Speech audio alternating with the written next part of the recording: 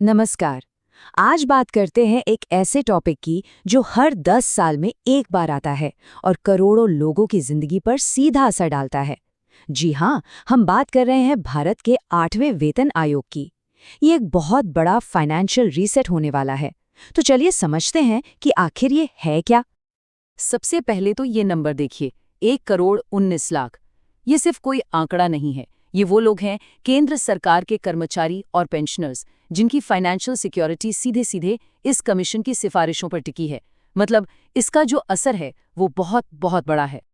तो सवाल उठता है कि ये वेतन आयोग यानी पे कमीशन होता क्या है। देखिए, बहुत सिंपल भाषा में कहें तो ये सरकार की बनाई एक कमेटी है जो करीब करीब हर 10 साल में बैठती है। और इसका एक ही बड़ा काम है ये देखना कि सरकारी कर्मचारियों की सैलरी और पेंशन बढ़ती महंगाई के हिसाब से ठीक हैं या नहीं। तो आज की हमारी चर्चा इन 5 हिस्सों में बटी होगी। पहले देखेंगे कि ये बड़ा पे रीसेट है क्या, फिर बात करेंगे कमीशन और उसके नियमों की, इसके बाद सैलरी से जुड़े कुछ जरूरी शब्दों को समझेंगे, फिर उस बहस पर आएंगे जो इसे लेकर चल रही है, और आखिर में देखेंगे कि इसकी टाइमलाइन क्या है और इसका असर क्या होगा। तो चलिए शुरू करते हैं हमारे पहले हिस्से से, आयोग और उसके नियम। अच्छा, तो इस कमीशन को लीड कौन कर रहा है? इसमें 3 बड़े नाम हैं। चेयरपर्सन है जस्टिस रंजना प्रकाश देसाई, जो सुप्रीम कोर्ट की पूर्व जज रह चुकी हैं। उनके साथ हैं IIM बैंगलोर के प्रोफेसर पुलक घोष और पेट्रोलियम सेक्रेटरी श्री पंकज जैन। तो आप देख सकते हैं, यहाँ अनुभव और एक्सपर्टीज दोनों का एक जबरदस्त कॉम्बिनेशन है। अब जरा इस कमीशन के एक मकसद पर ध्यान दीजिए जो सरकार ने तय किया है। सरकार का कहना है कि सैलरी स्ट्रक्चर ऐसा होना चाहिए कि देश का बेस्ट टैलेंट सरकारी नौकरी की तरफ आए और साथ ही वर्क कल्चर में एफिशिएंसी और अकाउंटेबिलिटी भी बढ़े। मतलब बात सिर्फ सैलरी बढ़ाने की नहीं है, बात पूरे सिस्टम को मॉडर्न बनाने की भी है।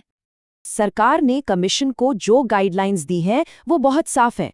एक तो फिस्कल प्रूडेंस पर जोर है, यानी पैसों का इस्तेमाल सोच समझकर करना है। पर जो चीज इस बार सबसे अलग है और जिस पर सबकी नजर है, वो है एक नई शर्त। कमीशन को कहा गया है कि वो पुरानी नॉन कॉन्ट्रीब्यूटरी पेंशन स्कीम की अनफंडेड कॉस्ट की भी जांच करें। इस पॉइंट को याद रखिएगा क्योंकि ये आगे चलकर कहानी का एक बहुत बड़ा हिस्सा बनने वाला है। चलिए, अब सैलरी से जुड़े 2 बहुत जरूरी शब्दों को समझ लेते हैं, क्योंकि इन्हीं से तय होगा कि सैलरी में असल में कितनी बढ़ोतरी होगी। पहला शब्द है फिटमेंट फैक्टर। इसको आप एक तरह का सैलरी मल्टीप्लायर मान सकते हैं। ये वो नंबर है जिससे आपकी मौजूदा बेसिक पे को गुणा किया जाएगा और फिर आपकी नई बेसिक पे तय होगी। सीधा सा हिसाब है, फिटमेंट फैक्टर जितना ज्यादा, सैलरी हाइक उतनी ही ज्यादा। और ये टेबल बिल्कुल साफ दिखाती है कि इसका असर कितना बड़ा हो सकता है। मान लीजिए एक लेवल 1 कर्मचारी है जिसकी बेसिक पे अभी 18,000 रुपए है। अगर फिटमेंट फैक्टर कम रहा, मतलब 1.82, तो नई बेसिक पे होगी करीब 32,760 रुपए। लेकिन अगर ये 3.0 तक चला गया तो वही बेसिक पे 54,000 रुपए हो जाएगी। सारी बहस इसी नंबर को लेकर है। दूसरा बड़ा कॉन्सेप्ट है डियरनेस अलाउंस, यानी डीए का मर्जर। डीए तो आप जानते ही हैं, महंगाई से निपटने के लिए मिलता है। तो जब भी नया पे कमीशन आता है, तब तक का जितना भी डीए होता है उसे बेसिक पे में मिला दिया जाता है और डीए का मीटर वापस 0 से शुरू हो जाता है। और ये मर्जर कितना बड़ा होगा, इसका अंदाजा इस नंबर से लगाइए। जुलाई 2025 तक डीए 88% पहुंच चुका होगा। अनुमान है कि जनवरी 2026 तक ये 60% भी पार कर जाएगा। मतलब बेसिक पे का एक बहुत बड़ा हिस्सा डीए बन चुका है, जो अब नई बेसिक पे का हिस्सा बनेगा। तो अब आते हैं इस पूरी कहानी के सबसे दिलचस्प हिस्से पर, वो बहस जहां एक तरफ सरकार के निर्देश हैं और दूसरी तरफ कर्मचारियों की उम्मीदें, और दोनों के बीच एक साफ टकराव दिख रहा है। ये जो डॉक्यूमेंट स्क्रीन पर है, ये कोई आम चिट्ठी नहीं है। ये एम्प्लॉय फेडरेशंस की तरफ से सरकार को दिया गया एक मेमोरेंडम है और इसमें उन्होंने अपनी सारी चिंताएं और मांगें खुलकर रखी हैं। तो असहमति कहाँ पर है? देखिए, सरकार जोर दे रही है देश की आर्थिक स्थिति पर, जबकि यूनियंस का कहना है कि ये सारे नियम सिर्फ पैसे बचाने के लिए बनाए गए हैं। सरकार ओल्ड पेंशन स्कीम की लागत की जांच करना चाहती है, पर यूनियंस की उसे बहाल करने की मांग का कोई जिक्र तक नहीं है। और तो और, कमीशन कब से लागू होगा इसकी कोई पक्की तारीख नहीं दी गई है, और मौजूदा पेंशनर्स का क्या होगा इस पर भी कोई साफ बात नहीं है।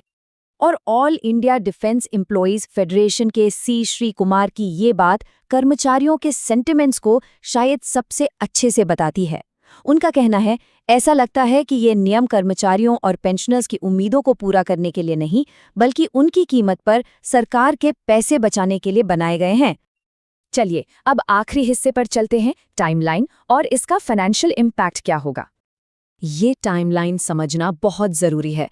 देखिए, कमीशन बन चुका है, इसकी सिफारिशें लागू होंगी 1 जनवरी 2026 से, भले ही फाइनल रिपोर्ट अप्रैल 2027 तक आए। इसका सीधा मतलब यह है कि जब भी सिफारिशें लागू होंगी, कर्मचारियों को एरियर के तौर पर एक बड़ा अमाउंट मिलेगा। और अगर हम पिछले पे कमीशंस को देखें, तो इसका फाइनेंशियल इम्पैक्ट हमेशा बहुत बड़ा रहा है। जैसे 7वें पे कमीशन की वजह से ही सरकार पर हर साल 1 लाख करोड़ रुपए से ज्यादा का बोझ पड़ा था। तो जाहिर है 8वें पे कमीशन के सामने भी सबसे बड़ा सवाल यही होगा कि इसका देश के खजाने पर कितना असर पड़ेगा। तो हम आपको इसी बड़े सवाल के साथ छोड़ जाते हैं। एक तरफ करोड़ों कर्मचारियों और पेंशनर्स की उम्मीदें हैं, और दूसरी तरफ देश की आर्थिक सच्चाई। ये नया कमीशन इन दोनों के बीच एक सही बैलेंस कैसे बनाएगा? इस सवाल का जवाब ही अगले दशक में बहुत कुछ तय करने वाला है।